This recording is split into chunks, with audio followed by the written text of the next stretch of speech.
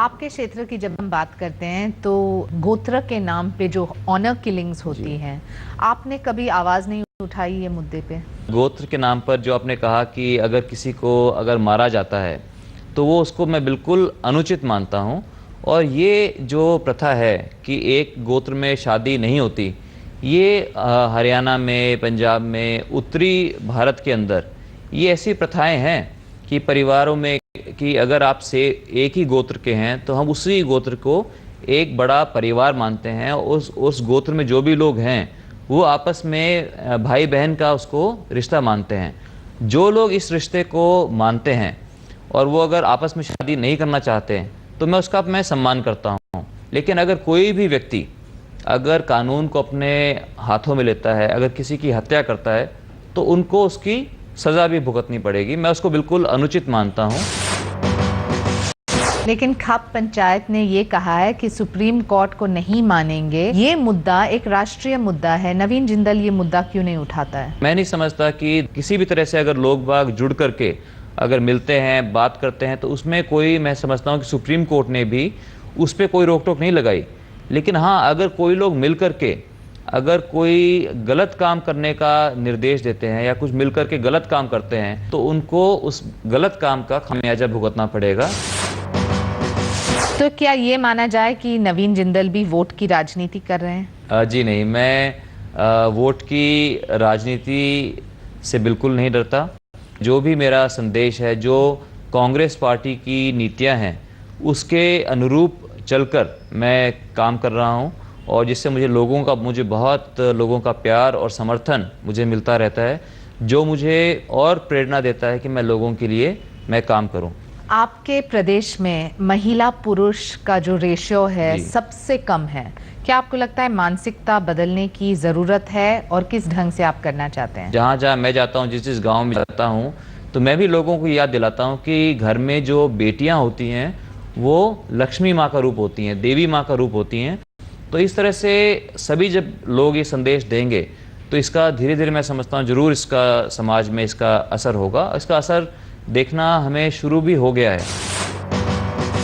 आप पीएसी के मेंबर हैं जी, और चर्चा ज़्यादा हो रही है कि क्या है आउटकम, पीएसी हो या जेपीसी हो, क्या देश को न्याय मिलने वाला है? आपका क्या सोचना है इसमें? मैं यही कहना चाहूँगा कि जब ये बात उठी थी, जब 2G मैटर, जब 2G का जो मामला पीएसी के अंदर चल रहा था और श्री मुरली मनोहर जोशी जी, जो कि भारतीय जनता पार्टी के एक बहुत ही वरिष्ठ सांसद हैं, वरिष्ठ नेता हैं, वो पीएसी के अध्यक्ष हैं और वो बहुत अच्छे ढंग से इसकी कार्रवाई को चला रहे थे। तब जब फिर विपक्ष ने मांग रखी कि जेपीसी बननी चाहिए, तब मैंने भी एतराज़ किया था कि जब पीएसी के अंदर ये मामला विचाराधीन है तो जेपीसी की क्या आवश्यकता है। और उसके बाद जब सरकार ने मान लिया कि चलो ठीक है, अगर आपका पीएसी के ऊपर विश्वास नहीं है, विपक्ष को अपने खुद के नेता अगर मुरली मनोहर जोशी जी के ऊपर अगर विश्वास नहीं है, तो अगर जेपीसी बनाई गई, जेपीसी की बनने के बाद तो फिर पीएसी में भी चल रहा है।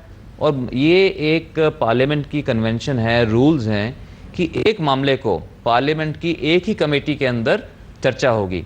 लेकिन हमें पिछले कुछ दिनों में लगा कि जैसे कि बहुत जल्दी में इस रिपोर्ट को फाइनल करने की कोशिश की जा रही है और बहुत सी सूचना जो हमें मेंबर्स को दी जानी चाहिए वो या तो हमसे दूर रखी जाती है या आखिर लास्ट मिनट में हमें वो इन्फॉर्मेशन दी जाती है। अगर कल मीटिंग है तो अगर आज हमें आप रिपोर्ट देंगे और अगर सैकड़ों पेजेस, कई बार जो है इतने बड़े बड़े 2-2 बंडल बन करके आते हैं, तो वो संभव नहीं कि किसी भी व्यक्ति के लिए कि वो ठीक से उनका अध्ययन कर सके। उनका प्रधानमंत्री ने कहा कि मैं इतना भी बड़ा गुनहगार नहीं जितना बताया जाता हूँ।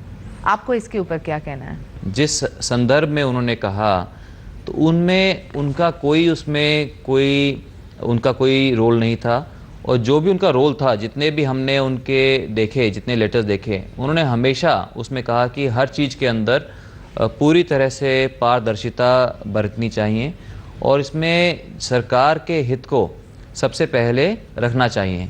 लेकिन जो भी कुछ हुआ तो उसके अंदर उनका ये बड़प्पन है जो उन्होंने कहा कि मैं जो है इतना बड़ा भी मैं गुनहगार मैं नहीं हूँ। लेकिन देश ने इतने सारे स्कैम्स आज़ादी के बाद कभी देखा नहीं, तो ये कोई जस्टिफिकेशन नहीं होता है। देखिए, आपको ये भी बात देखनी चाहिए कि भ्रष्टाचार तो हमेशा से है, लेकिन आज जरूर ये है कि हमारी सरकार ने जो जो बातें उजागर हुई, किसी भी बात को दबाने की कोशिश नहीं की, और जहाँ जहाँ जो जो बातें उठी, हमारी सरकार ने सख्त से सख्त उसके ऊपर कार्रवाई की। चाहे वो कॉमनवेल्थ गेम्स की बात हो, चाहे वो 2G स्कैम की बात हो, तो पूरी तरह से आज़ादी देकर के CBI को और पूरी तरह से उनके उन मैटर्स को इन्वेस्टिगेट किया जा रहा है। और मैं ये प्रधानमंत्री जी की मैं महानता मानता हूँ, उनका बड़प्पन मानता हूँ कि किसी भी चीज़ को, किसी चीज़ के ऊपर भी पर्दा डालने की कोशिश नहीं है, बल्कि लेकिन जो भी कोई अगर गलत काम हुआ है तो उसको उजागर करके,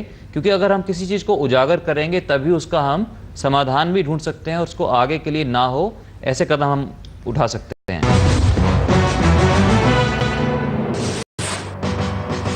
नवीन जी, आपके ऊपर एक आरोप है कि उड़ीसा में एक स्टील प्लांट में आपने मदद किया एक उद्योगपति को एनवायरमेंटल क्लियरेंसेस प्राप्त करने के लिए, ताकि उनका प्रोजेक्ट चालू हो।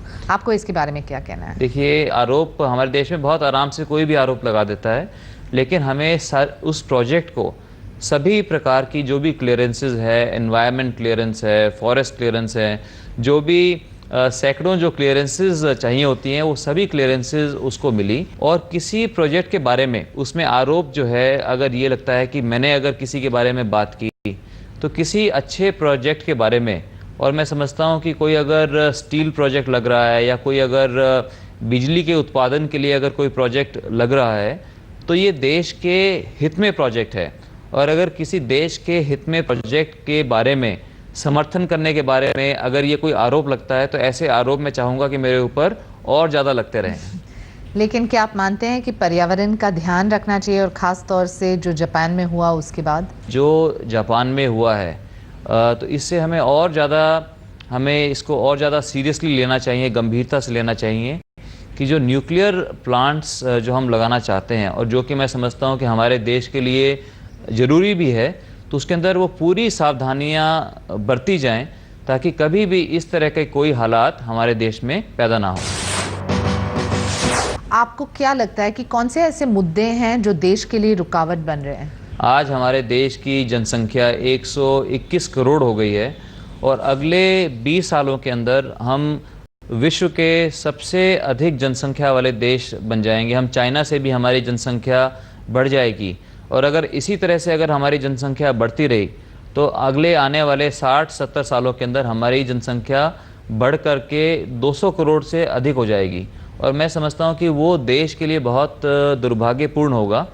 तो हमें आज आवश्यकता है कि हम छोटे परिवार का हम प्रचार करें। 10 साल बाद आप देश को कहाँ देखते हैं? पिछले आप देखेंगे कि 6-7 सालों में हमारे देश ने हमारा जो GDP ग्रोथ रेट है, वो 9% के लगभग रहा है, और आज जो है पूरा हमारा देश दुनिया के सेकंड नंबर पे आता है। अगर हम इकोनॉमिक डेवलपमेंट की बात करें, अगर हम GDP ग्रोथ रेट की हम बात करें, तो मैं समझता हूँ कि आज हम ठीक दिशा में बढ़ रहे हैं। इसी दिशा में हमें और तेज़ी से बढ़ना है। जो जो बुनियादी सुविधाएं हैं हर गांव के अंदर, हर घर के अंदर हम उपलब्ध कराएं, और हम सब मिलकर अपने सपनों का भारत बनाएं। और अंत में एक सवाल ये है कि नवीन जिंदल का नया मुहिम क्या है देश के लिए, ताकि देश हकीकत में इंडिया फर्स्ट बने? जनसंख्या स्थिरीकरण जो है, अब इसके ऊपर मैं अपना अधिकतर मैं समय लगाना चाहता हूँ, और मैं चाहता हूँ कि जैसे हमारी बेटियों की शादी 18 साल से बाद में हो, पहला बच्चा जो है 20 साल के बाद में हो, ताकि उनकी सुरक्षा भी और बच्चे की सुरक्षा के लिए भी बहुत ये अनिवार्य है। अगर हर व्यक्ति, अगर आप अपना काम देश के हितों को आगे रख के करती हैं, मैं अपना काम अगर देश के हितों को आगे रख के करता हूँ, तो हम सबको अपने सपनों के भारत को बनाने से दुनिया की कोई भी ताकत नहीं रोक सकती। नवीन जी, बहुत बहुत धन्यवाद। आपने इतना सारा वक्त दिया, आपके विचार प्रकट किए, उसके लिए धन्यवाद। Thank you. इंडिया फर्स्ट में बस इतना ही। आप देखते रहिए जी न्यूज़। नमस्कार।